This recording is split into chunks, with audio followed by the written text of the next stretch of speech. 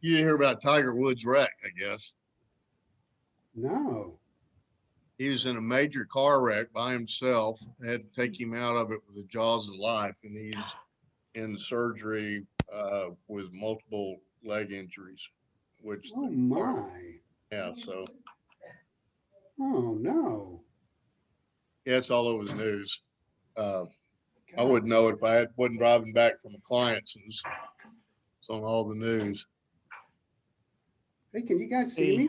Let's go. Good afternoon, everyone, and welcome to today's webinar presentation, Effectively Handling the Most Critical Interview Questions, Part 1, presented by FEI Dallas Chapter. Before we begin, I'd like to remind everyone we are offering 1.5 CPE credits for today's presentation. In order to be eligible for those credits, you must answer 5 of the 6 polling questions during the webinar and have a viewing time of at least 75 minutes.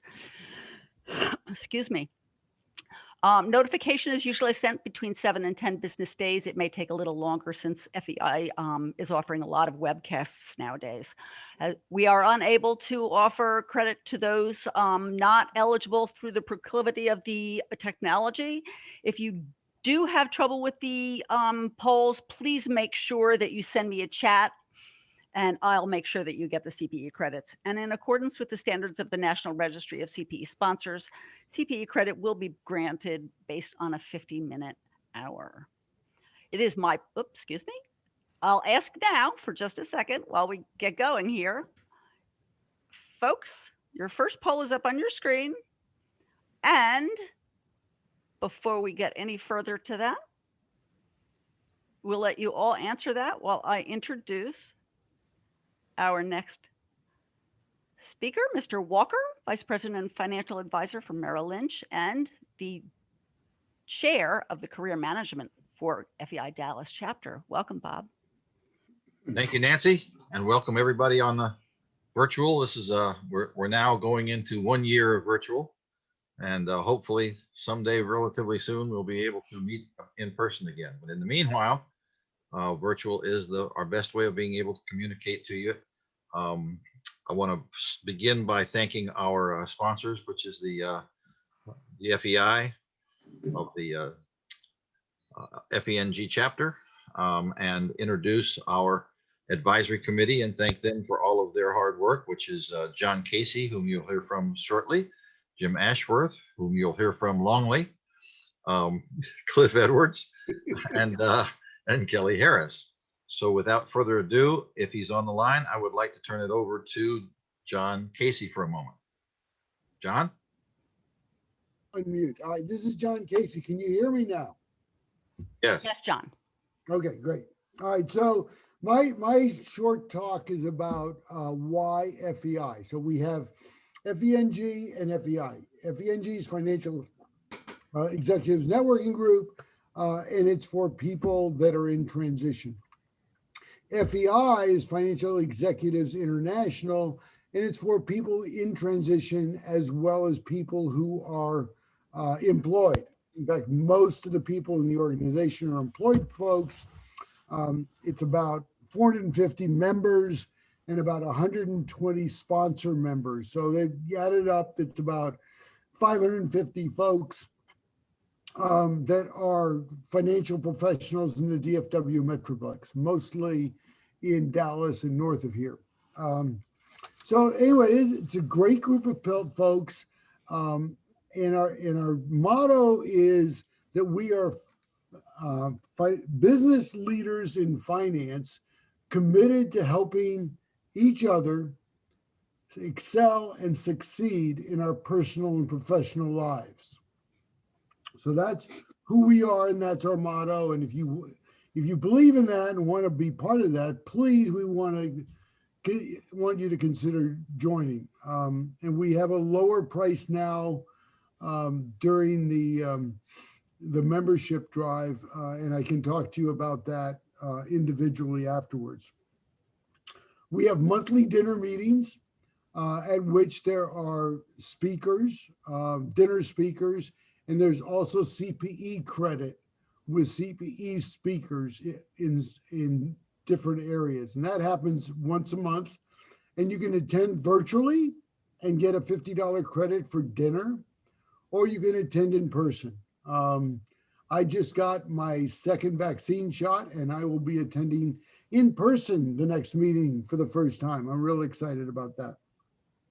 But you have the opportunity to go either way, and we like you to buy some dinner on us if you're a member, or you can attend in person. And we're very, very careful about the in-person, but that's up to each individual to decide whether they want to be in person or virtual for the monthly meetings.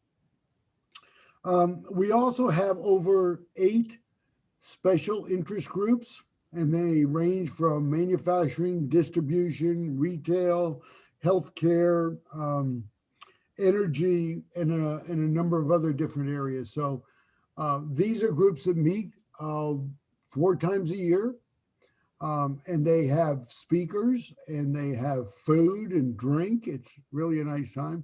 They're meeting on a virtual basis right now. So they mostly are into speakers and Zoom calls. But they bring together experts in each of the fields, like in manufacturing or distribution, and you have a chance to meet with fellow financial leaders in each of those fields, those special interests. And that's ongoing. So that's pretty exciting. And we bring in people from outside of things. So you can actually, outside of FEI, so you can actually go to the FEI special interest group meetings without being a member. The other thing is we have what we call YPO small groups of 10 to 12 CFOs or controllers that meet on a monthly basis. And these are long-term, lifelong relationships you develop with the folks. And there's now 10 of those groups, and we're adding groups all the time that meet on a regular basis and share ideas and ask questions of each other. So it's like a small support group that is confidential, and they meet just like YPO groups meet once a month. So we also sponsor that. And just recently, and I'm real excited about this for everybody who's on this call, we have just initiated a chapter-wide LinkedIn group that's going to link in everybody in the chapter, both members and sponsors, in one group, so that anybody who belongs to FEI will have access to all 550 members and their networks. So that's about several million people in the Dallas-Fort Worth Metroplex. It's a big deal. And if you're all interested in networking for job opportunities and that kind of thing, this is going to be a terrific opportunity and a terrific tool for people in transition. At the same time, it's a tool for members who are just need help and needed counsel and advice from other financial specialists and financial consultants in the area. So this is really exciting. We're doing it for the first time, and it will be in place in about a month to maybe 8 weeks from now. So that's real exciting. So there's a lot going on. There are a lot of different committees that you can get involved in. And obviously, the more you get involved in it, the organization, the more you're going to get from it.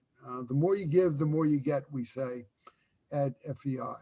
So anybody who's at all interested in this opportunity, wants to discuss in more detail the benefits and the costs, then please give me a call, or better yet, send me an email at john@jcasey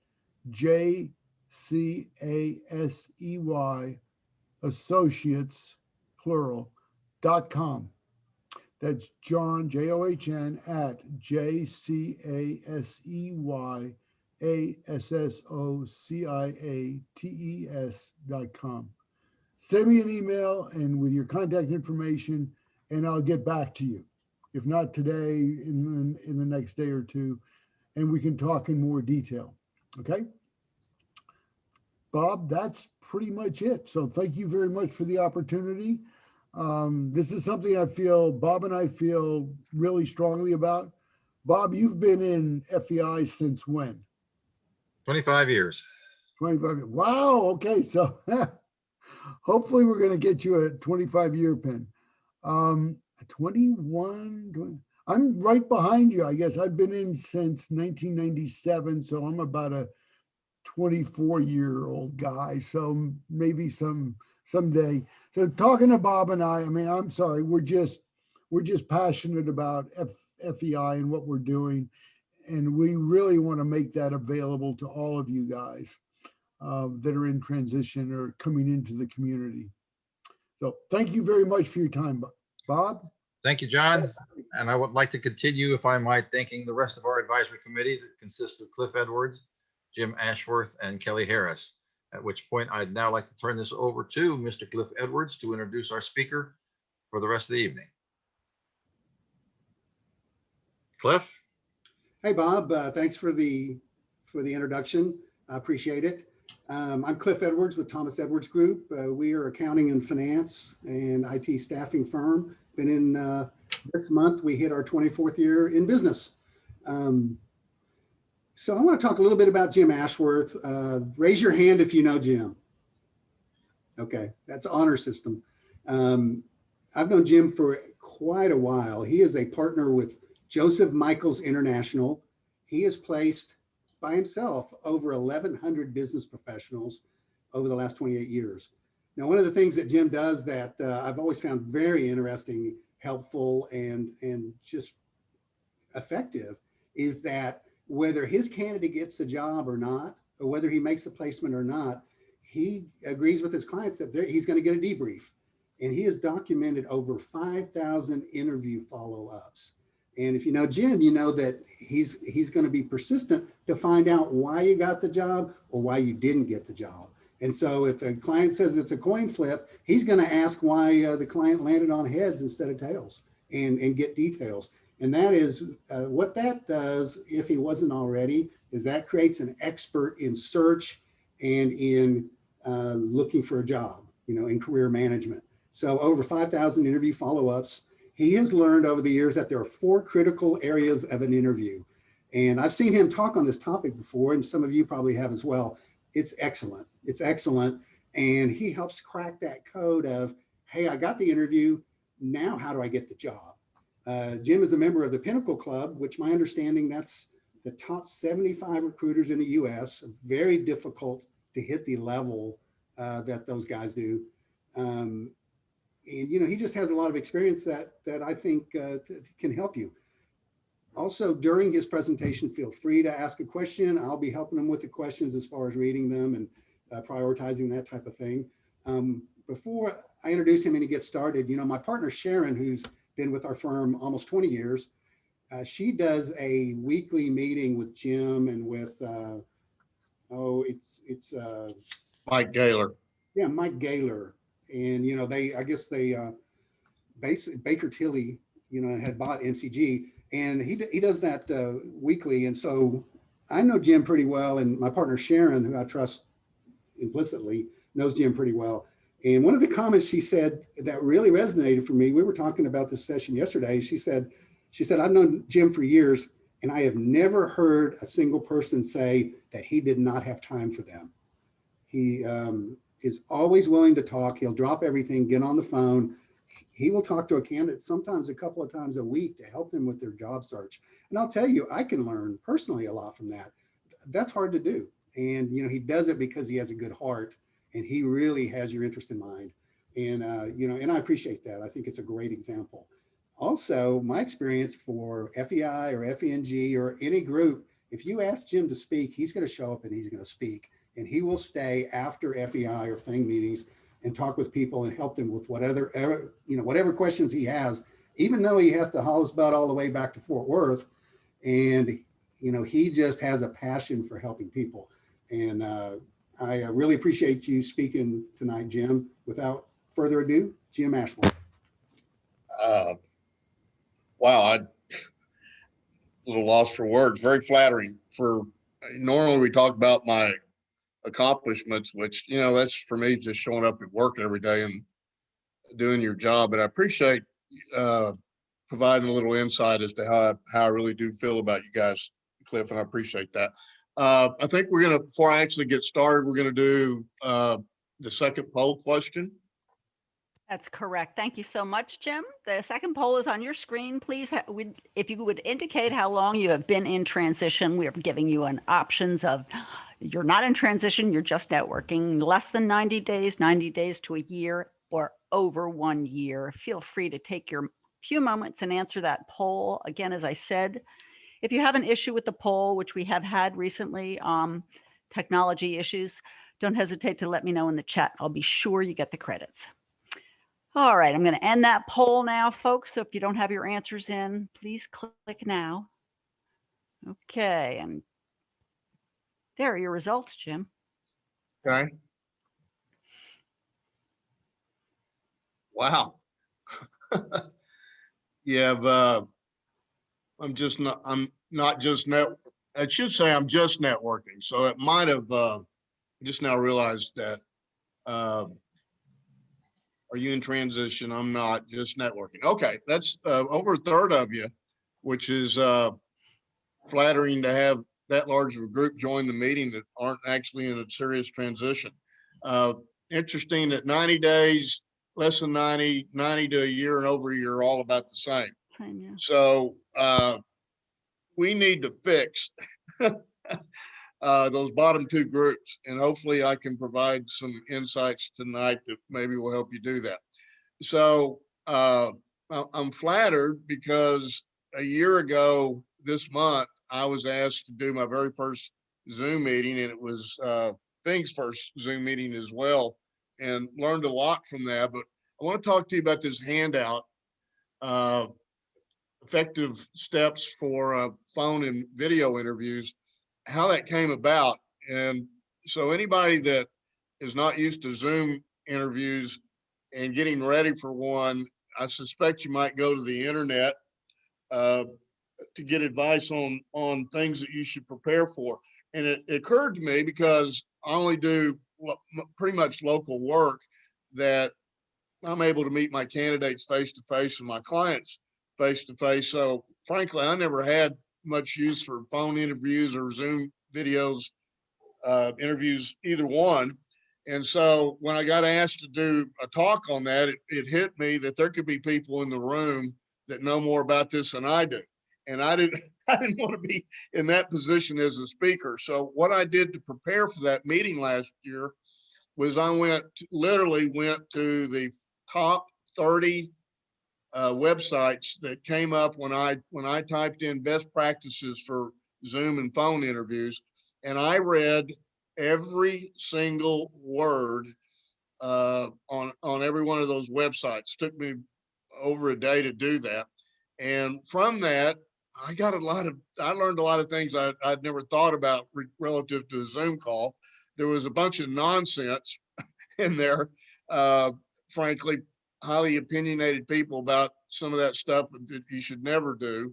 And then I just applied, frankly, 30 plus years of, as Cliff said, setting up literally thousands of candidates for interviews. And this handout is the result of that. And so as opposed to getting on the internet tomorrow and going and looking up things that you should do in preparation for a Zoom call, I'd suggest I've already done that for you. Just get this handout. If you read that second line, it says most employers want to interview 3 to 4 qualified candidates. This is the part of the meeting that over the years, when we're doing these live, I always ask people to raise your hands, and I'll say, raise your hand if you hired me or Cliff or Sharon or John to fill an assignment for you, and we were to ask you how many candidates, qualified candidates, do you want to see? And I would ask this in front of the room full of, I don't know how many people we have in attendance tonight, but generally 75 to 100 people. I'll say, how many of you would like to see just one candidate? You could make a good hiring decision. Well, we can't see a show of hands, but I'm going to tell you that number is normally zero. Every now and then one guy will raise his hand. Then I'll say, how many of you would like to see two people? So you got a comparison. Might get 2 or 3 hands. Well, it sounds like you people want to see a lot of candidates. How many of you want to see more than 5? No hands would go up. And so when I go, how many of you would like to see 3 to 4 candidates? Every hand in the room would go up. Every hand in the room would go up. And so my experience as a recruiter, Cliff, John, Sharon's experience as recruiters is we know that our clients want to see 3 to 4 people.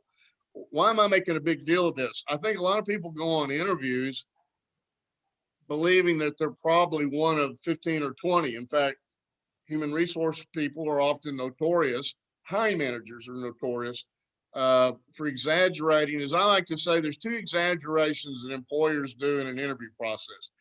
They're going to tell you it's going to take longer than it's really going to take, and they're seeing more candidates than they're really seeing.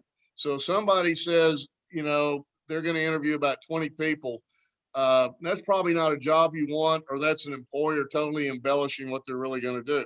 So the cool thing about being one of 3 or 4 people is, if you think about it in this respect, you're almost hired. So we hear a lot of speakers talk about the value of networking, and I'm not going to downplay that, but what I am going to say to you about it, the name of the game is not how many interviews can you get. It's, can you find a place where there's an opening where you're a fit, get yourself an interview, and then get yourself hired there. That's counterintuitive to, network with as many people as you can. But the truth of the matter is the people who are landing are not out networking with as many people as they can. They're homing in on where are there openings that I'm a match for? What do I got to do to get my resume in front of that person? And then I need to get myself hired. So that's what this handout's from. If we could go to the next page, Nancy. You can read a lot of this for yourself as I'm talking, but I'm going to drop down to turn off the call waiting on your phone. People often don't think to do that. And next thing you know, you got calls ringing in the middle of your interview, which is unprofessional and a real distraction. Dress as if you're going to a face-to-face interview. Pay attention to the whether or not the patterns that you've got on the shirts. About an hour ago, I changed shirts because if you've got a patterned shirt, if you watch these newscasters, weathermen, they never wear a bunch of stripes or plaids because your eyes would start crossing as you're listening to them. So those are some things that you want to do. This is a tip that was not in any of those 30 websites, but one that occurred to me years ago. This was on the phone with a candidate of mine, and he said, hey, I got another interview this afternoon with a company out of the blue. And he goes, yeah, I was out mowing the lawn, and my wife called me out and said, hey, there's somebody who wants to talk to you about a job. And I said, so what did you do? And he said, well, I went in there and had an interview.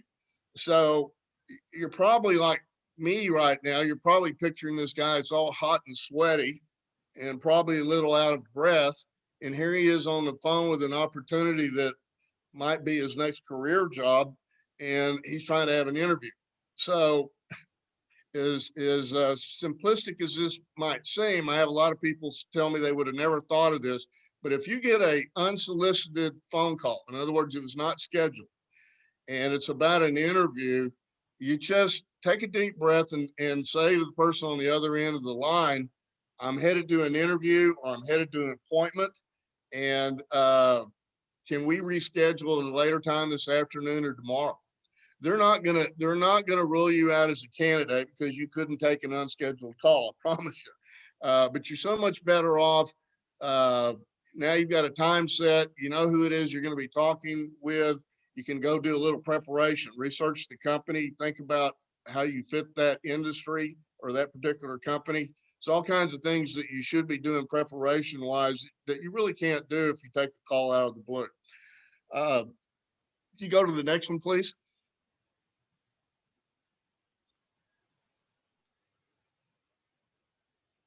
During the interview, I've set up about 10 controller or CFOs in the last 3 weeks.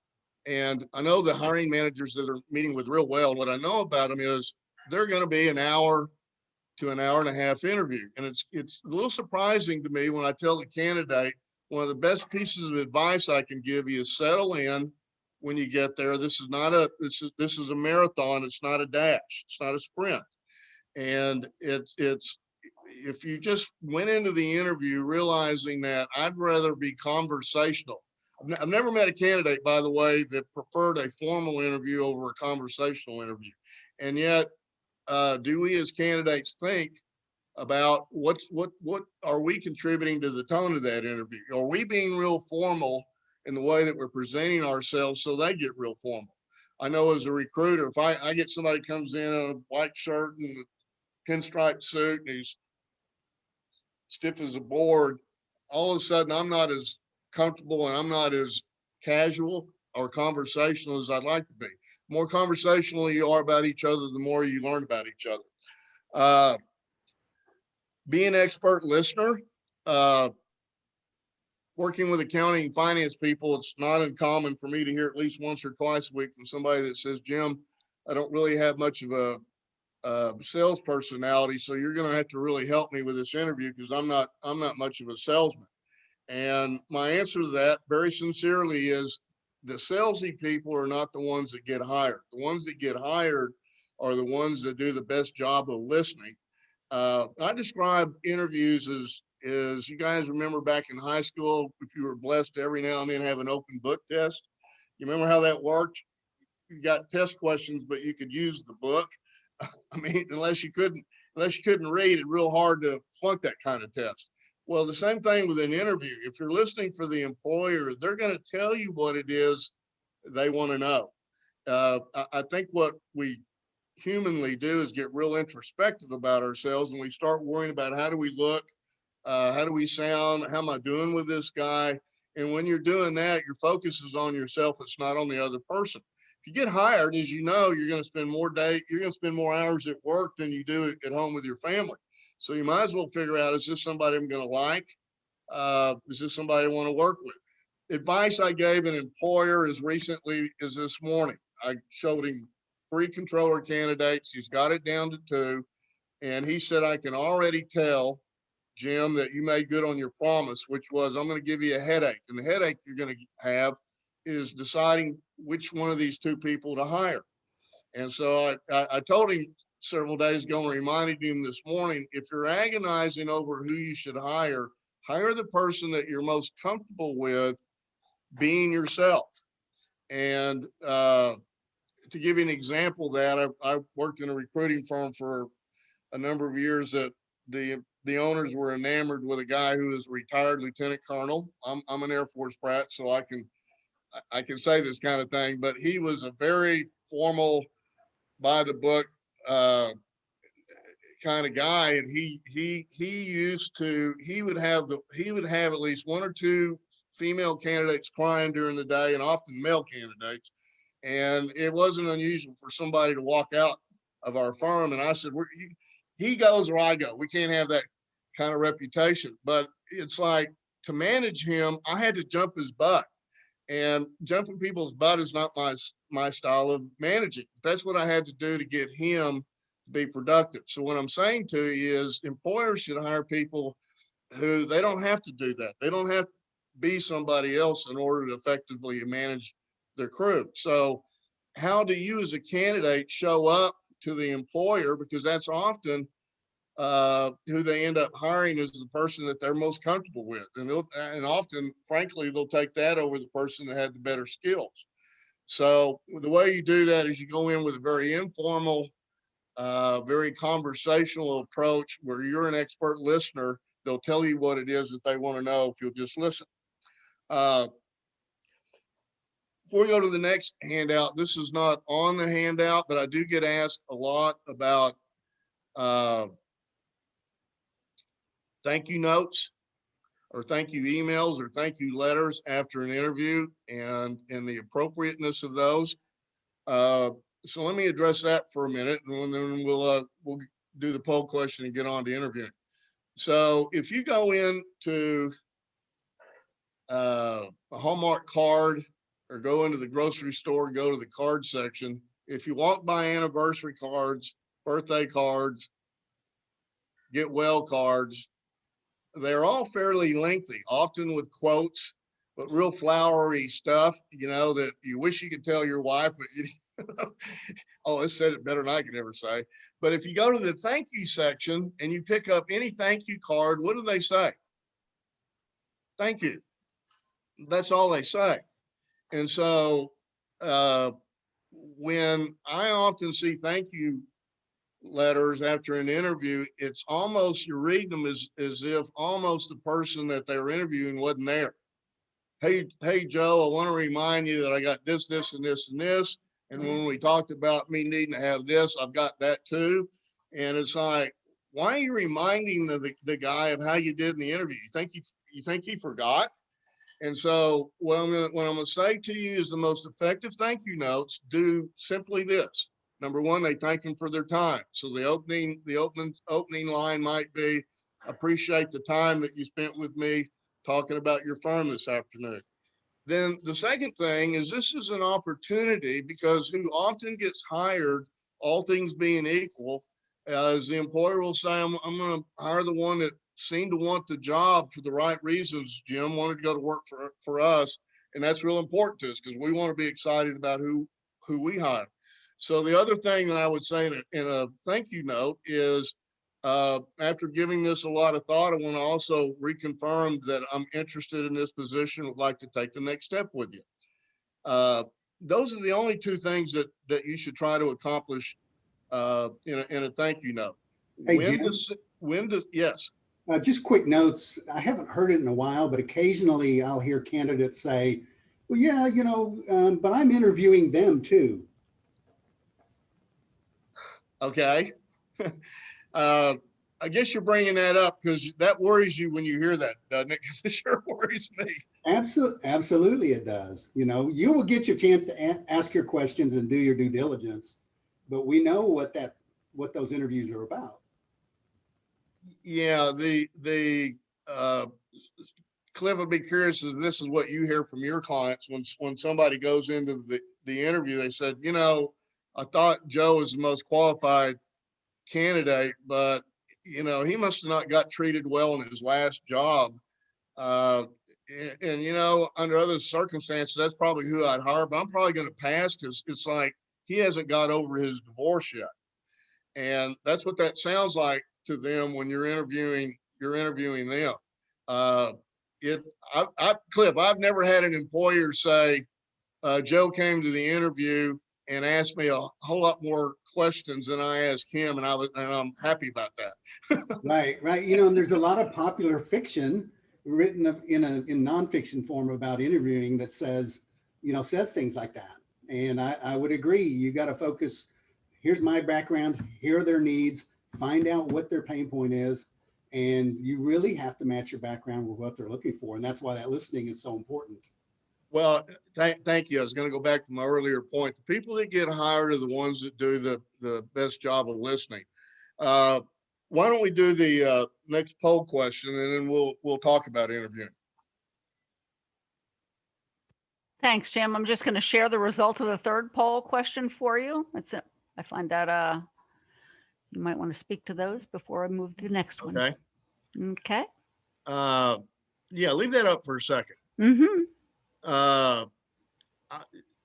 Well, this is interesting.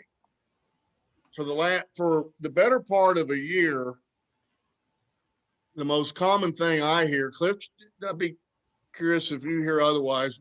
I hear more, I got laid off due to the COVID than I do any of those other reasons. So I'm a little surprised. that's up there, because one of the things I tell people is you don't have to explain to an employer. You might have to explain to them why your company got sold and how that involved you, but you don't have to explain to an employer what COVID is. Okay. And the impact that's, I mean, you can't turn your news on without hearing about it. So that makes it easy to we're going to start with, by the way, reasons for leaving jobs and how to go about that. Company sold. I'm excited that number is so high, because it's interesting how many candidates that we get in our network meetings, and we ask them why they left their last company. They're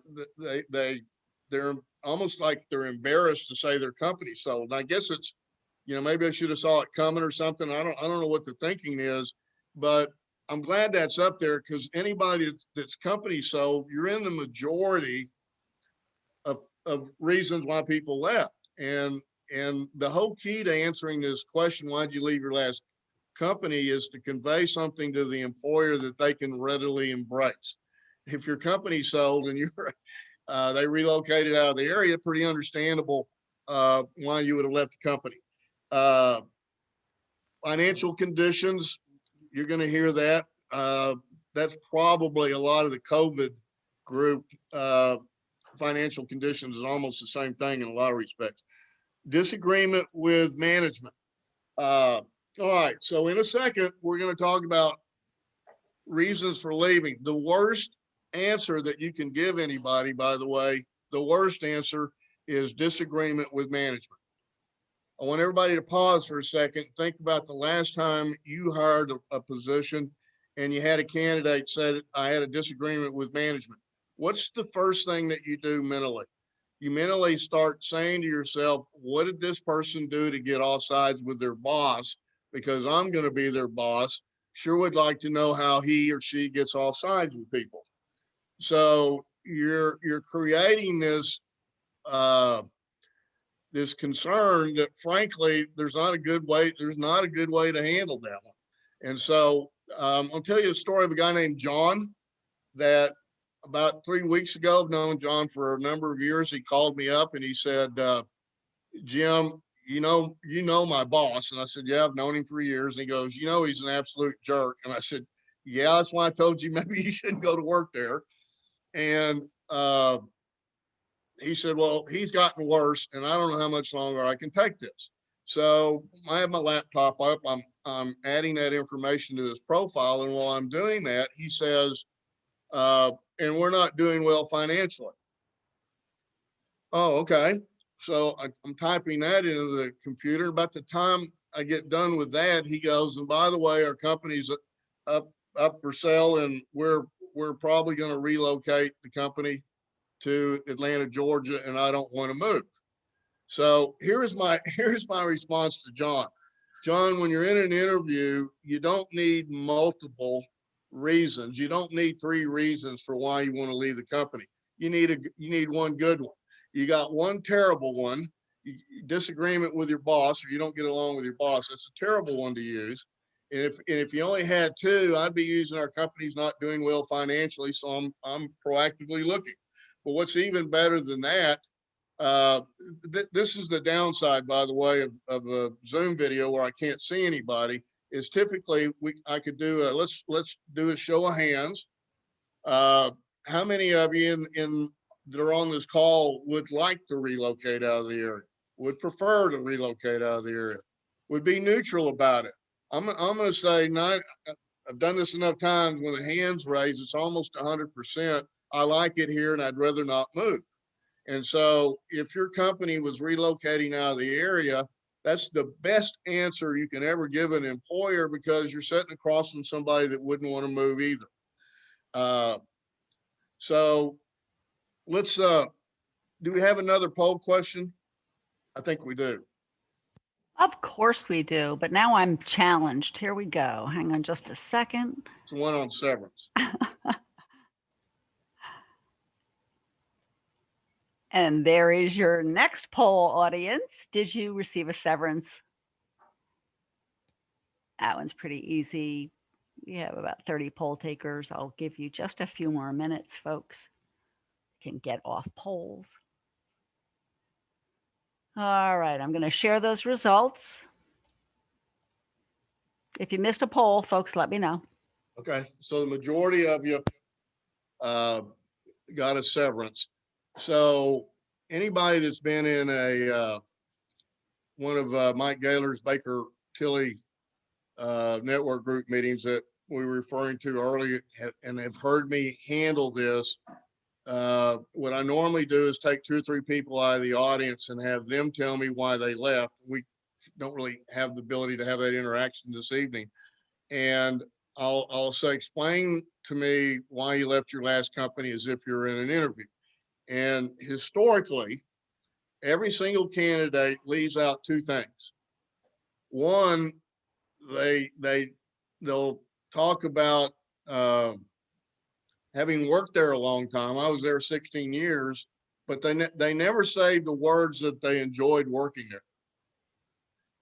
And so in a second, I'm going to be a candidate and I'm going to tell you why I left my last company. I want you to listen for how I'm using, how I'm inserting that I like working at the company. But almost nobody without prompting ever does that. The second thing that nobody does is if they got a severance, they don't bring severance into the conversation. I've had people say, I've got tons of references and these people will love me when you call and be happy to talk to you. And it's like, I don't want to hear that in an interview. I just want to know why you left. And so I don't teach a lot of canned responses, but this opening statement, I would suggest that you write it down. So I'm going to say it a couple of times. And this is one that needs to be done word for word. And it goes like this. I'm glad you asked because I absolutely love working at that company. So it's not unusual for people to say, want to practice with me. And they'll say, I'm glad you asked, Jim. Here's what happened. Our company, and they're explaining what happened. And I'm wondering, well, wait a minute. Why are you glad that I asked? Yesterday in the Baker Tilly meeting, 3 different people started out with responses that started with, that's a great question. And when I'm being a smarty pants, when somebody says that to me, what I normally respond with is, yeah, I know I'm a professional. I know what I'm trained to know what to ask you. So you don't want to say that's a great question. You want to say, I'm glad you asked. Because I absolutely, now the employer's going, why are you glad that I asked you the toughest question I'm probably going to ask you in this interview? And you're going to respond with, you're glad I asked. Well, the only reason why anybody would be glad that they got asked this question if they had an opportunity to say, I loved working there.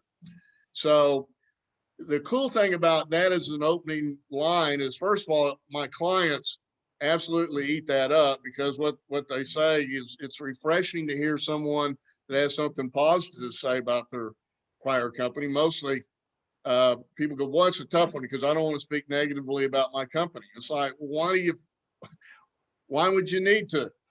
So if you start with, I'm glad you asked because I loved working there, it's going to be real hard for you then to say, and here's what they did to me that made me mad. If you start out with that as a statement, it'll keep you positive throughout that answer. So, the next thing that you do, Nancy, go back to the prior slide and let's look at the reasons people gave, and I'll handle a few of those.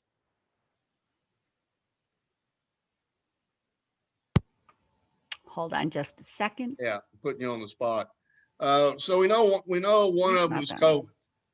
So if I got laid off due to COVID, I'm going to respond with, I'm glad you asked, Jim, because absolutely, well, you can see I'm going to change this up a little bit, but I'm going to use the same technique. You can see from my resume, I worked there 20 plus years. So as you can imagine, I really loved working there. Unfortunately, our companies, like a lot of others, have been impacted by COVID. And, I got caught up in the 3rd round of layoffs. Company sold, almost identical response. If I didn't have to cover financial condition and I sure wouldn't use disagreement with management.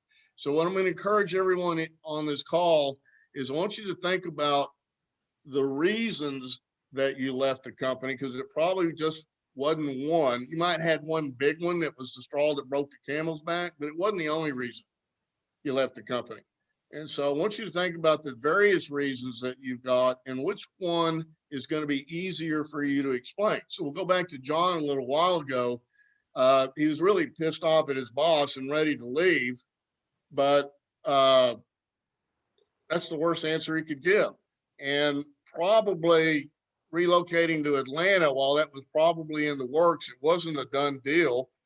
So that was probably his third most critical reason, but it was the easiest reason to communicate to the employer. And now we're going to talk about severance for a minute. And the last thing I'm going to say is anybody who's in that last category that they were let go or terminated, I'd like you to call me tomorrow or email me tomorrow and let's have a talk. The recruiters are on this call with us will confirm what I'm about to tell you. A lot of you will get in a habit of saying you got let go as a replacement for saying I got laid off.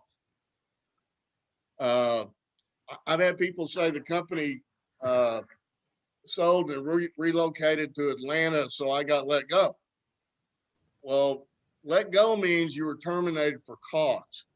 And so unless it's just doubtful. I know the people in this organization. I'm not buying that 7% of you got let go. I'm buying that 7% of you use that as a terminology that you shouldn't. So you can say I got laid off. You don't even have to give it a description, but let go means you were terminated. And some of you slip into that habit. I was at a network meeting about 6 months ago, and there were 40 something people in the room.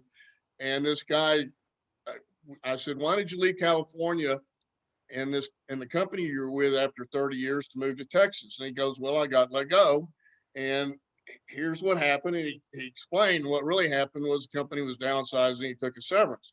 And I said, well, you do realize you used the word let go. And he goes, no, I didn't. And it was a good thing I had 40 other people there to go, yeah, you did. Because he no more realized that he used the words let go and the man in the moon. And it means it's a disastrous terminology to use, because the employer's looking at it the way I do. It means you got, think about it. They may have terminated somebody, and that's why there's an opening. And so, why is there an opening? Well, we let Bill go. So why are you looking? Well, I got let go also. So I know I'm beating this to death, but please don't allow yourself to get in a habit of using that terminology, because I'm certain it's not a true reflection of what really took place. Hey, Jim, the employer basically hears I got fired. Right? Yes. And if you don't believe me, and you do, but everybody out there has managed people, and think about when you interviewed an accounting manager or a financial analyst that they said let go versus was cost cutting, I got caught in a layoff, or the company moved, or whatever. Cliff, I'm so glad you brought that up, because it's just people just they don't, that isn't really what happened to them, and it's just it sounds kind of meaningless and trite for us to bring it up, but I'm telling you, in the eyes of the employer, you may have just shot yourself. You may have just lost so part of this session and next month when I do the other two areas of an interview, if you think about it, what I'm trying to teach you to do is handle the inadequacies of the employer that's doing the interview. Most of you don't hire but 1 or 2 people a year, if that. You may have managers that do that, but I doubt people that are on the level of call that we're on hire more than 1 or 2 people. So you know what, as hiring managers, we're not very good at it. We can be pretty good at it, but there's a lot of good managers that are not good interviewers. So if the question was asked, Cliff, share with me the circumstances that led up to you leaving the company, no one would ever say I got let go. That's how an employer ought to ask the question. But they don't ask it that way. It's why you're looking. Now, going to the next question. Hey, Jim, the other question, we just got a really good question that is right in line with this. Jim, Okay. Jim, while you're on this topic, what about change in senior management? Brought in a new CFO, brought in a new CEO. Well, and that's very common. Yeah, change in senior is. management. It is very common, and we probably, in hindsight, should have had that uh, and up as one of the questions. In fact, Cliff, it's so common that here's the interesting thing about it is I'll meet somebody that's what took place, and maybe it's the first time it's happened to them in their career. Most often it is, but they're sort of operating for some reason that's a negative, and they did something wrong. And so I bet if we could do the show of hands right now, how many of you at least once in your career got a new boss that didn't allow you to demonstrate what you could do? And by the way, that's how I'm going to use severance. So if I got a severance, listen to the wording that I use. And what I appreciate about my company is they chose to reward me with a severance for my prior contributions. It's allowing me to be selective about what I'm looking for. I'm going to say that again. It's one of the more powerful lines that I've ever come up with, and pretty proud of it, frankly, because there's a mouthful in it. Saying that the company rewarded you with a severance overcomes all that needs. We were on the call yesterday, Cliff, and he's probably on this call. I don't mean it to be offensive. Hopefully he doesn't mind. But in his explaining why he left his company, he said 3 times in about 30 seconds, I worked there 8.5 years. And I know why he did that. He did that because it's been 8.5 years since he needed to look for a job.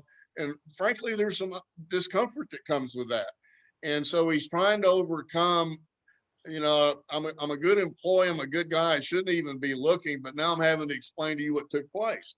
And the truth of the matter is you shouldn't be uncomfortable.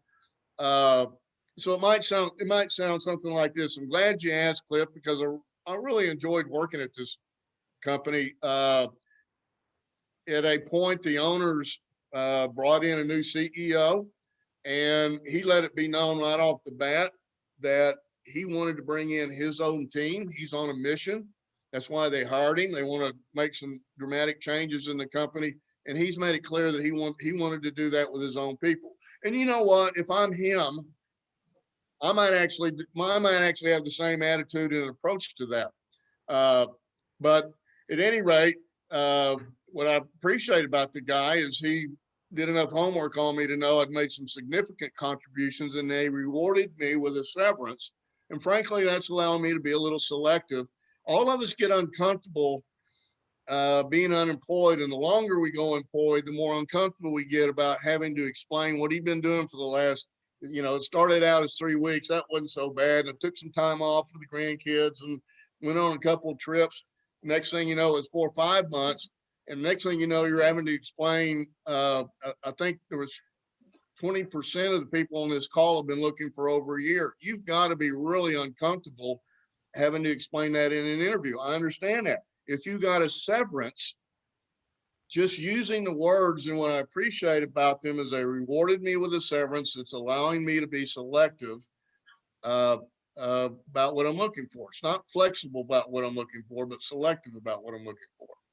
Well, Jim, So, Jim, sometimes, I don't know if it's quite often, but it is sometimes, is even at the highest levels, when that new team makes a change, they offer that the person another role, and it's something they don't necessarily want, or it's in another city.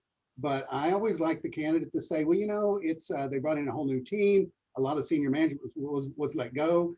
They wanted me to stay. They offered another role. I figured I'd done what I accomplished what I come to, and so we worked out a package with them. So I'm one of the few that the company was trying to make room for. yeah, and if you turn the lights off, if you're the last one, and well, how do I say that? Well, I think it's kind of cool to say I actually turned the lights off. They know what that means. I was the last person to leave. That's a huge feather in your cap to an employer that's looking to hire somebody that they want to be loyal and hardworking. Boy, you just said a mouthful. If you're able, or I was one of the last ones. I was walking out the door when we turned the lights out. Maybe physically that was 3 weeks before they did, but there's no reason why you couldn't say that and it wouldn't be untruthful. Cliff, I appreciate you handing me these questions because I don't have a way to know what they are. Are there any others that have to do with what we've talked about already? Yeah, there is what are good reasons for leaving a job when you're employed? So you're sitting in that job and you leave the company. Well, if you're employed and all right, so we always ask every candidate that we deal with at our firm, not just their current job or previous job, but every job they've ever had, we ask them to us why they left it. And Cliff, every now and then we'll get somebody go, well, I got recruited here. This company sold, so I was out looking. I got recruited here. I got recruited here. I got recruited here. And I'll stop the person and go, okay, but in order to be recruited, you had to be open to hearing about the position, or you wouldn't have been recruitable. I had lunch today with a client that he was a candidate of mine 20 something years ago, and he landed at this company, but I didn't know anything about them and they weren't a client. So probably at least once every 6 months for about 3 years, I would call Tom up and say, Tom, I've got an opening for a CFO. I think you'd be a great fit for. He's an interesting character. Not once did he ever say, tell me about the opening. In fact, his quick response was, yeah, I'm real happy here. I don't even want to hear about it. He didn't want to. So finally I quit doing that. And I'm blessed because about 5 years after that, he called me up and said, would you like to do work here? And so he ended up working there 20 years, and I placed all of his senior management over there. But my point is, to the person that's asking that question, what if I'm working? You got to have a reason for being open. You got to have a reason why you're at this thing meeting. There's nothing wrong with saying to a client, Cliff's employed, he really wasn't looking, but I got approached about this opportunity, or had a friend tell me about this opportunity, and it's so well aligns with what I'm looking for that I frankly wanted to look into it.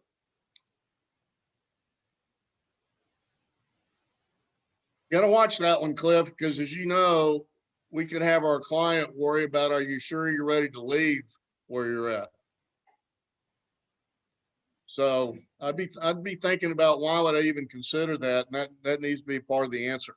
All right, so let me knock out, tell me about yourself before we run out of time. We still have about 15 minutes, I think, but I want to get this one in there. So this is another one of those questions where the problem arises out of the employer's, the way that they ask it versus what they really want you to do. And so the question is, Cliff, could you walk me through your resume?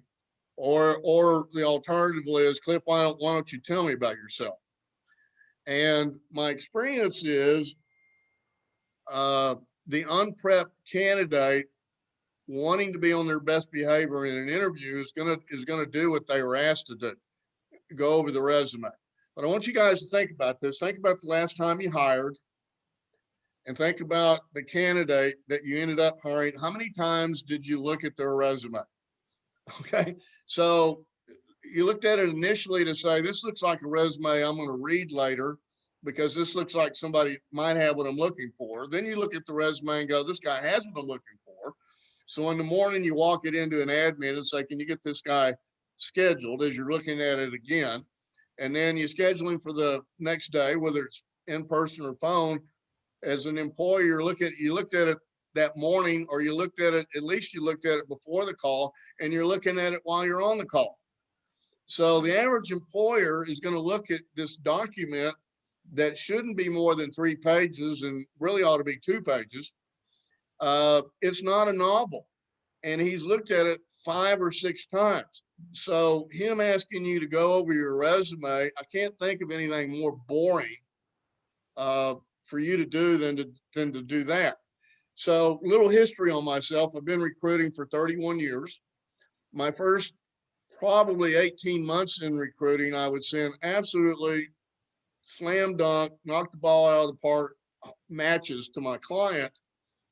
And Cliff, we'd get those magical words that we hate to hear, which are, hey, I really like Cliff, but we're going to pass. And, you know, you sent the guy over there, and in fact, you just got Cliff's follow-up, and he goes, man, I'm a great fit for them. I was surprised they didn't make me an offer while I was there.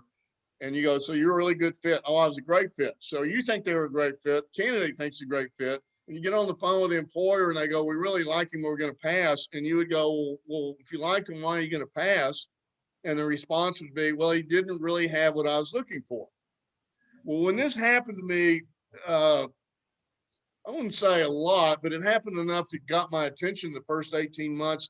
I started going, what's going on that these candidates are going on the interview and the employer's saying they don't have the skills when they have the skills to do the job? And so I started asking candidates, well, tell me what happened. Tell me how you covered your skills. Well, we really did it by me going over the resume. And so I started keeping some statistics. And what I figured out was when people went over their resume, they never got hired. It was the guys that chose not to go over their resume that would get hired. And so the question is, well, how do I do that without offending the employer? If the employer says, John Casey says to John, why don't you walk me through your resume, John? Here's what John should do. John should say, well, Jim, and by the way, this goes back to being a great listener. If John was a great listener, he heard Jim say that we're having problems with our system conversion, our inventory is out of whack, and sales is beating the crap out of our accounting team, so they're a little demoralized. Now, they don't say it that way. They cover it in there while they're talking about the culture and the history and what brought them on board and what all they do and why there's an opening. But somewhere in there, if you're a good listener, they're going to tell you what it is about the job. I like to call it the 2 or 3 things keeping them up at night. And so John could do several things. If I explained what the 2 or 3 priorities are, John would have the ability to say, in listening to you, Jim, it sounded like you had 2 or 3 real urgent priorities, getting your system conversion, blah, blah, blah, blah, blah. In the absence of that, maybe John heard that from HR. He could say, in talking with Judy over in HR, she shared with me that you guys were having a little difficulty with your system conversion. If somebody told you that, you could make reference to that, and you're looking for an acknowledgement. That could be a head nod or a yeah, you know, or watching the eyes, and you get some acknowledgement. Yeah, those are the issues. Then you would have the ability to say, well, why don't I do this? Instead of going through my entire resume, why don't I go directly to a couple of jobs where I actually did retail and I actually did work for a company that had franchises. That's something I'm working on right now. They want to know where's the franchise and retail. So if my candidate gets asked to go over the resume, they should say to Dave, well, I understand you're looking for somebody with a lot of retail and franchise. Why don't I start there? And if now here's the courtesy part, you're all going, well, wait a minute, we're not doing what the guy asked us. We run the risk of offending him. That's when you've got to say, and if that has me skipping over companies that you want to know more about, please ask. I'm happy to answer that. So here's a little Cliff said that I'd sent over 5,000 candidates out on interviews. That's correct. And I worked at a company that required us to document what the employer had to say and what the candidate had to say after every interview. So just to give you a picture of that, so if my client wants to see 3 controllers, I got follow-up from all 3 controllers, and I entered that into our system, by the way. And then I got the follow-up from the employer on all 3 controllers. So how many follow-ups is that? 6. Well, then there's the second round of interviews. And let's say 2 of them made it to the second round. Well, now I've got a follow-up from each candidate. That's 2 more. And I got 2 more from the employer on those 2 candidates. Now we're up to 10. And then even if somebody got hired, they wanted to know the follow-up. Why did they pick John over Cliff? And that was documented in there. And so where these 4 important areas came from is there's only 4 areas that I've ever heard from an employer why they didn't hire somebody. And that was And here's the cool thing about resume. When I've had candidates now for 30 years say to an employer, you know, why don't I start with companies where I've got some of the skills that you're looking for?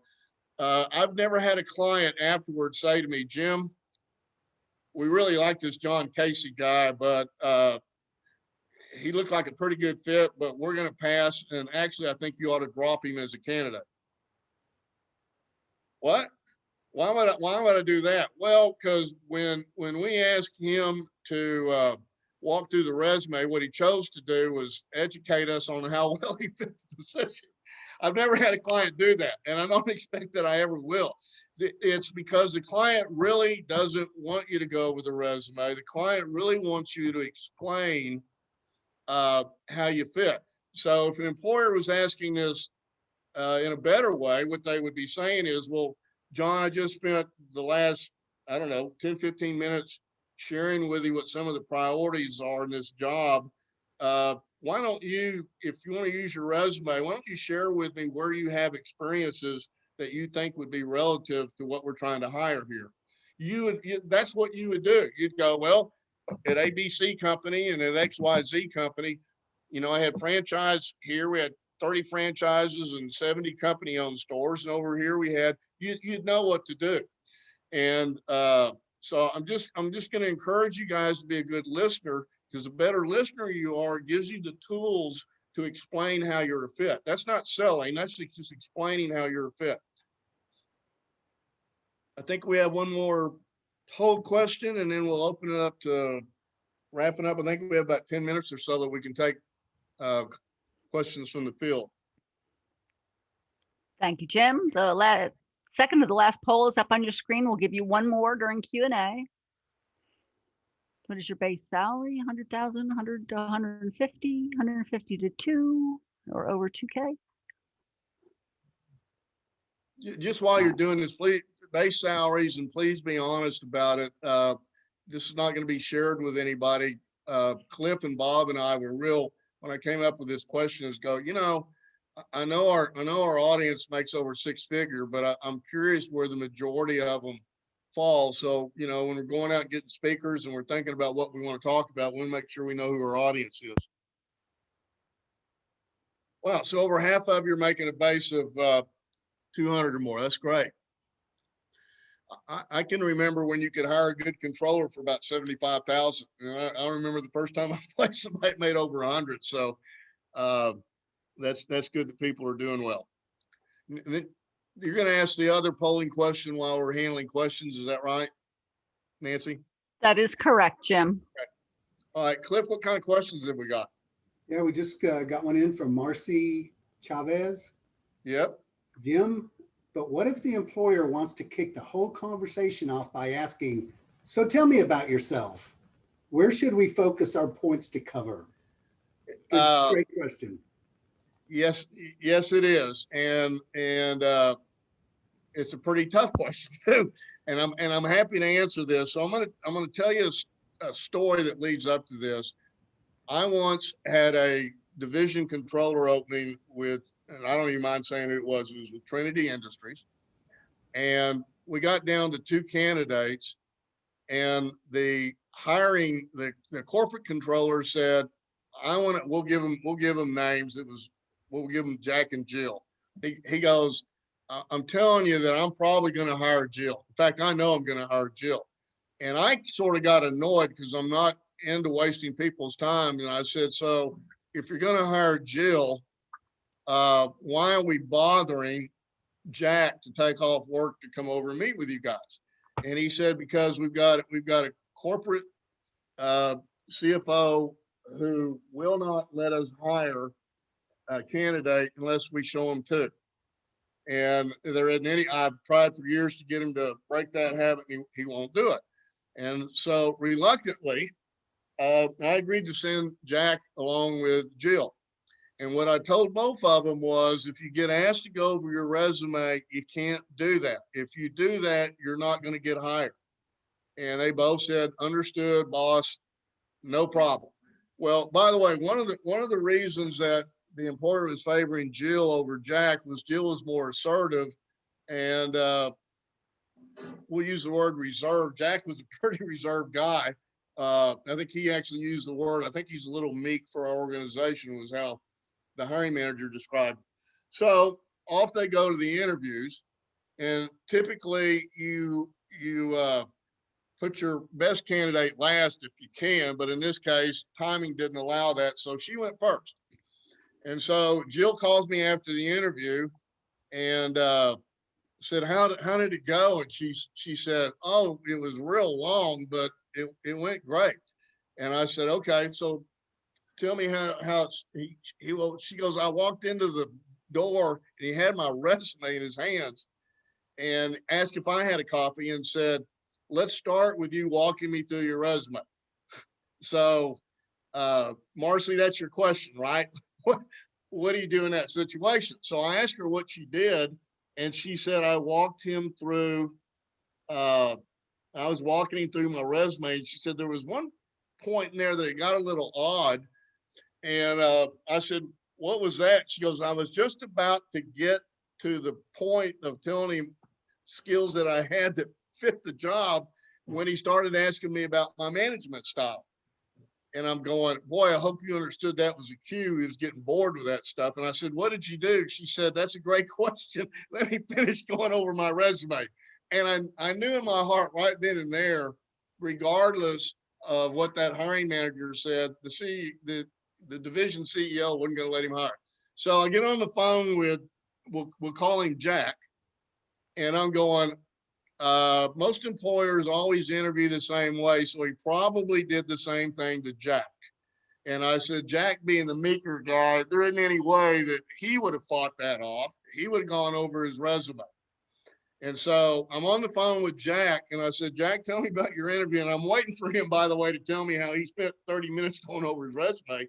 When Jack said, oh, one other thing, he goes, man, just like he said the employer might do, he started the interview out by saying, take your resume and walk me job by job through your career. And my head's between my legs, I'm sure. And I said, okay, so what'd you say? And he goes, well, I remembered what you told me.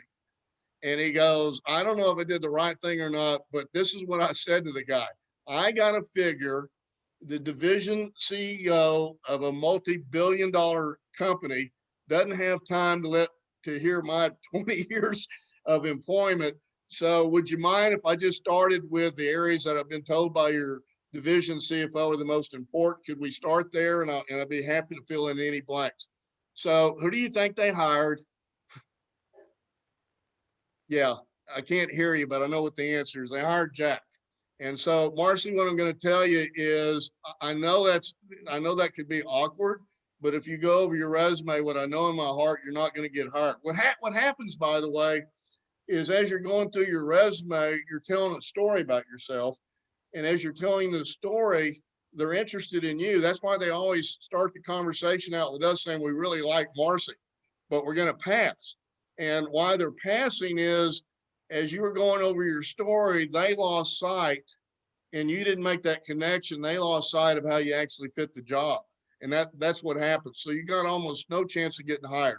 So Marcy, you gotta do something like Jack did, which is, hey, here's what your HR person told me the priorities were. Do you mind if I, so where do you start, by the way? If an employer says go over your resume, do you start with your last job? Some of you would say yes. Or do you start with your first job? Most of you would say yes. And so the truth of the matter is, you don't know how long to go. You don't know where to start. You don't know whether I should be talking about personal stuff as well. And so it's just a really convoluted question. And so you just have to have in your mind, if that ever happens, where I hope y'all understood what the question was. Marcy said, what if the interview starts with the guy saying, go over my resume? You got to just go to what, I read your, maybe it's the first interview and you don't know nothing about the company. Hey, Jim? You could say, based on the job description I read, here's the things that I think would be important to you. So here's where I did those. Hey, Jim, real quick, we're going to have a speed round. We've got 4 more questions stacked up and Okay. a quick poll. So we're going to put you on the clock on these because they're all pretty good. First one from Okay. Mandy Lee. Will you share the presentation via email? I think that's a yes. Actually, I think it's on the FEI website. That's correct. Yeah. So Mandy, if you're not in FEI, then Jim can definitely send you one if you can provide your email address. Second question, what is the biggest, and these are hard to answer in a short period of time, but I know you can do it. What is the biggest pet peeve of yours when dealing with potential candidates? So you talk to a lot of candidates? Oh, no, no, actually, that's real easy, Cliff, and real short. So I have candidates, I'd say 95% of all candidates start with, I'd like to hear your viewpoints on the marketplace. And I want to go, I'm sorry, do you not have a television or email, or do you not ever, you never get on the internet? It's a meaningless question. And it's not the best. If it were me, I'd start with a recruiter by saying, would you mind taking a minute and sharing with me what your focus is? You know, what level positions do you work on, and maybe a little bit about your clients. I'm happy to talk about that. When somebody wants to say, I wanted to get your viewpoint in the marketplace. Yeah, that's a pet peeve. Okay. Is that one for you? Is that one for you, Cliff? Nope, that I've got two from, actually three from anonymous attendee. Okay. So that usually means it's Bob. No. Yeah. Not true, not true. These are great. Anonymous attendee, what answer would you recommend when they ask you what salary are you looking for? We're going to handle that next month. And so And it probably this is an area Bob, Cliff, because he today. set me up for next month. But when I ask you as candidates, what are you looking for? I start getting the Bugs Bunny. You know what the Bugs Bunny is? Because you don't want to give an answer to scare the employer or the recruiter off, and you don't want to get an answer that you're going to be taken advantage of, and it feels like you're negotiating, and so it's just an awkward question. But if I ask you what were you making in your last position, none of you blink an eye. I was making 140 plus, I was making 220 plus. I mean, you just rattle it off. And so if I'm in an interview and somebody says, what are you looking for? And this is, by the way, this is a real short version of something I'm going to spend 30 minutes on next month. But the answer is, why don't I start you out with, remember the problem with these areas is it's not in how you guys answer, it's what you think the question is. So if somebody says, what are you looking for? That's just part of the equation. So saying to them, I know what happens when you say, well, why don't I start you out with what I was making? I was making a base of, and then you can say, here's what I'm looking for. But when the employer hears you say, well, why don't I start with what I was making? I know the average employer is going, yeah, maybe I should have asked that question Right. first. And I think you're gonna, I've seen part one and part two, you're gonna hit that pretty hard next time. What's I'm gonna funny hit it real is, hard. yeah, we also had the same question asked by just now by Carol Dunning. So that's gonna be a great one. Here's Okay. another one. How long And, should, and by the way, I'm happy that anybody would like the second half of the handout, because I've got interviews coming up where it's really preying on your mind and you're worried about it. I'm happy to send the handout in advance to you. hey, that would be outstanding. Now we've got some more coming in. How long should a senior finance executive expect to take to find their next role here in DFW? Now I understand one size doesn't fit all. However, there probably is an average depending on effort and background and that type of thing. Well, when I take somebody under my wings, and by that I mean there's a resume format that I have that gets 3 to 4 times the number of interviews. I've got a handout called What's Working survey, and it's a survey of how people at your level land. And on that handout, there's 18 things that somebody will tell you ought to do in conducting a job search. 5 of those, one of those, by the way, being part of the FEI membership, so you get leads from Bob and fellow members. But there's 5 areas on that handout that result in over 90% of you going to work. And there's 13, I guess, other things that you'll get told to do that if the other 5 are totaling 90%, that means 13 aren't totaling 10. So some of them people will tell you to do, nobody landed in the last 6 months. So my answer is, if you're doing the right things, this ought to be a 90-day process, which is one of the reasons I worry about the guys that are over 90 days and certainly over a year. When people get with me, Cliff, and say, I got to be doing something wrong, can you help me out? What I almost always find is they're doing the items on the bottom half of that survey instead of the top half. And I wish we had time to talk about what that is. But if you're aligned with John Casey, and you're aligned with Cliff, and you're aligned with Jim, and you're aligned with Mike Gaylor, and you're sure as heck aligned with Bob Walker, and I'm probably leaving people out that I shouldn't, that's a great start, because I'm going to tell you that group of people either has the opening or knows enough about the company to be able to provide a little bit of advice to you. And so, the most important thing you got to do is you got to get networked with the right people right off the bat. Now, here's the deal. Let's say that you're an oil and gas controller. Cliff, do you have any oil and gas controller openings right now? No. Okay, I don't either. Bob, do you? No. Okay. Cliff, if I said, I bet you can't come up with an oil and gas controller position in the next 90 days, and I'll bet you $100 you can't, how quick would you take that bet? Bob, how quick would you take that bet? So my point is, when you get yourself in front of John and Cliff and Bob, and I'm going to add Mike Gaylor to this and myself, one of us, if not more than one of us, is most likely, because this is the area that we specialize in, we're going to have an opening with your name on it at some point in a 90-day window. It may not be me. It may be John. Maybe John and Cliff have oil and gas, separate clients, but oil and gas controllers.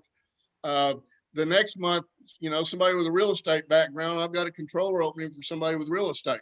So that's why it takes 90 days after you've got your network in place, because we don't have, that's it. That's my other pet peeve, Cliff, is people calling up and saying, I called up to see if you had anything with my name on it. And I want to go, God, you must be Kreskin. I was just about to call you. Come on. If we had an opening with your name on it, it's in our best interest to be calling you. And so what I'm saying to you is, if you're doing the right things, there don't have to be a lot of opportunities. I'm going to start with what I said at the very start of this meeting. It is not about how many interviews you can get. It's about getting an interview where you're a fit, engaging one of us to provide a little coaching if we're not already involved in it, and landing that sucker. That's how people land. They don't land because they had 30 interviews. They landed because they had an interview they were a great fit for. And let me interject here that Jim has been kind enough previously to permit us to send those handouts that he referenced. Whenever you have joined, you got a welcome letter. And on that welcome letter, there were the attachments, and many of those attachments were those references that Jim just mentioned. Well, somebody, Bob, told me when I got into business, they said, you're in a fascinating job now, Jim. And I go, what's that? And he goes, only in America can you introduce the right hand in an employer to the left hand, your candidate, and all you're doing is introducing them, and you get paid handsomely for that. Only in America. Yeah, because it's so what I'm sharing with you is literally thousands of interviews, what took place, and why did my client not hire somebody that was a fit and hired somebody else that was a fit? And I'm telling you, it has to do with those 4 areas. Sorry, I'm passionate about this. I want to add something to the presentation, if I may, because I see this happen frequently. I think you're going to find in general that a lot of interviewers are not really good at interviewing. Exactly. They don't, and in fact, oftentimes they're more nervous than you are because they don't know exactly what to say or what to do. Jim has said one of your skills should be to listen. It's difficult to listen to somebody who doesn't know what to say or is saying dumb things. So I believe that what you have to do in many circumstances is ask open-ended questions. Ask questions of them so that they'll start speaking and answering the question that you've asked of them. Bob, since you brought that up, this is not part of the program, but I think when people ask me, what's the best question you could ask an employer? It would be fairly early in the interview process, saying to them, because at some point they're going to communicate that they're happy to be where they're at, or they really are a terrible interviewer. But that'd be your cue to say, John, I can tell you're real passionate about doing what you're doing. Would you mind sharing with me what brought you here in the first place? And now that you've been here for a year and a half, been here 15 years, whatever, you mind telling me what keeps you excited? And I wouldn't worry about what comes out of their mouth. I'm just going to tell you whatever comes out of their mouth is going to be incredible insight. Somebody mentioned earlier that people go on interviews, and because they got mistreated in their prior company, they end up interviewing the interviewer, which is annoying to them. You want to get them to talking, and the best way to get them talking is about themselves. And the easiest way to do that is to reference how you look like you're really excited about being here. Tell me what brought you here in the first place.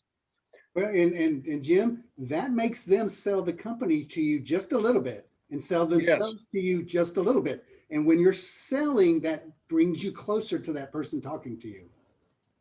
There isn't a person on this call that needs training on reading people.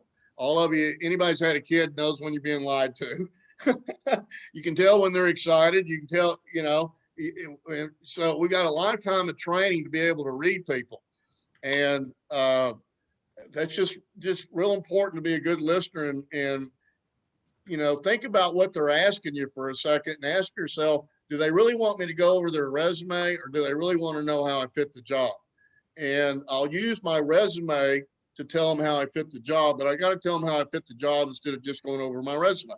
That's a perfect example, Bob, of what you're talking about, Cliff's talking about, is they're not professionally trained at being interviewers, so they don't ask questions appropriately.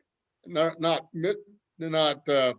unethical. They just don't know how to ask. Cliff, I'll bet you do this. Have clients that occasionally I'll say, do you need some interview questions? Oh my God.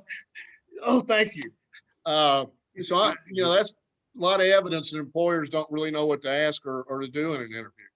Hey, Jim, please give your email address once more so that those who are not FEI members can get your handouts. Okay. It's Jim.Ashworth at Joseph Michaels, Michaels is plural, josephmichaels.com. Or to simplify that, if we're on LinkedIn together and we haven't talked in a while, send me a LinkedIn note. And if we've not connected, and this is the first time you've heard me speak and you want to become a candidate and I would say the same thing of John and Cliff on the call, go look us up on LinkedIn and our emails will be there. But even if you can't find the email, you can send us a note, say, I heard you speak. Jim, I know you, but you said, if I was reaching out to John, I know Jim, but he brought up, I'm not acquainted with you, John. John's going to accept your LinkedIn and explain to you what he wants you to do to be a candidate. Same thing with Cliff. But yes, I'm happy to do that. I will add one caveat. This happens to me every time I speak. I'm probably going to get 30 emails tonight. And so while my mom brought me up to answer, we didn't have email when she was still alive. But she told me, if somebody calls you, Jim, you call them back the same day. And if I get an email, I try to answer in the same day. I'm just going to ask this one caveat that I may get a lot tonight. So give me till Friday. Anybody that reaches out to me in the next day or two, I'll get back if I have to over the weekend, but I'll get back to you by Friday.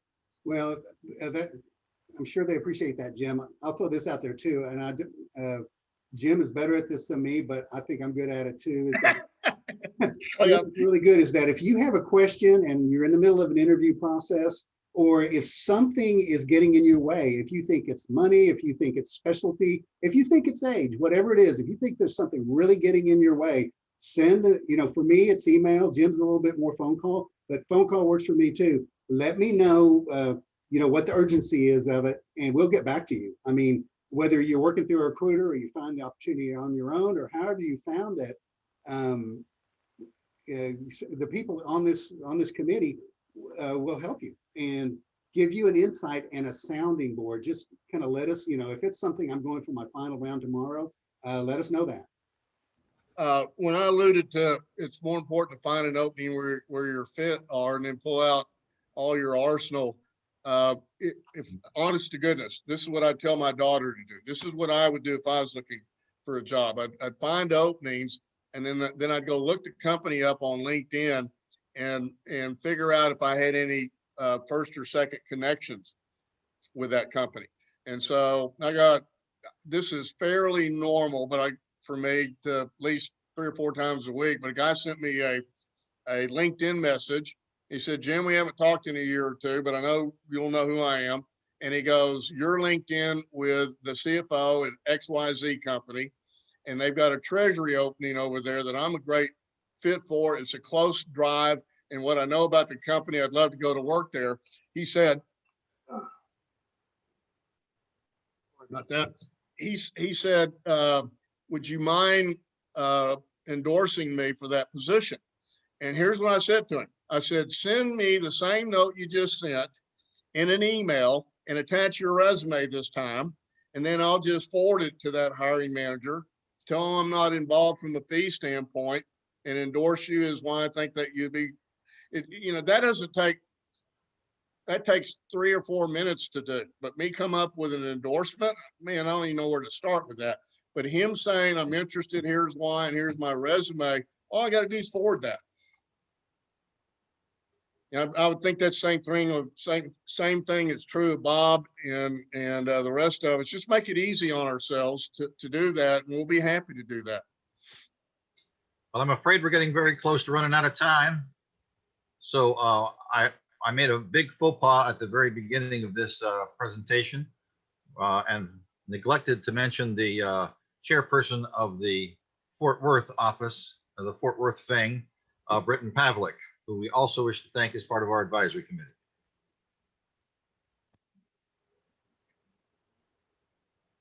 And with that, I want to thank you all very much for listening to the guru here.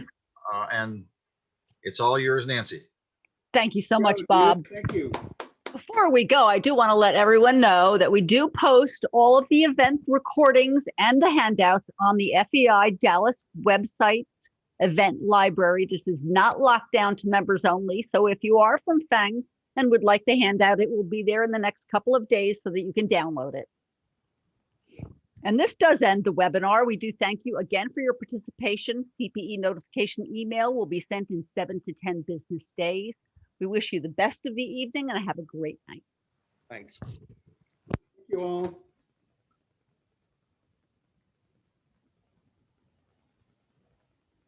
Hey, Jim, good job.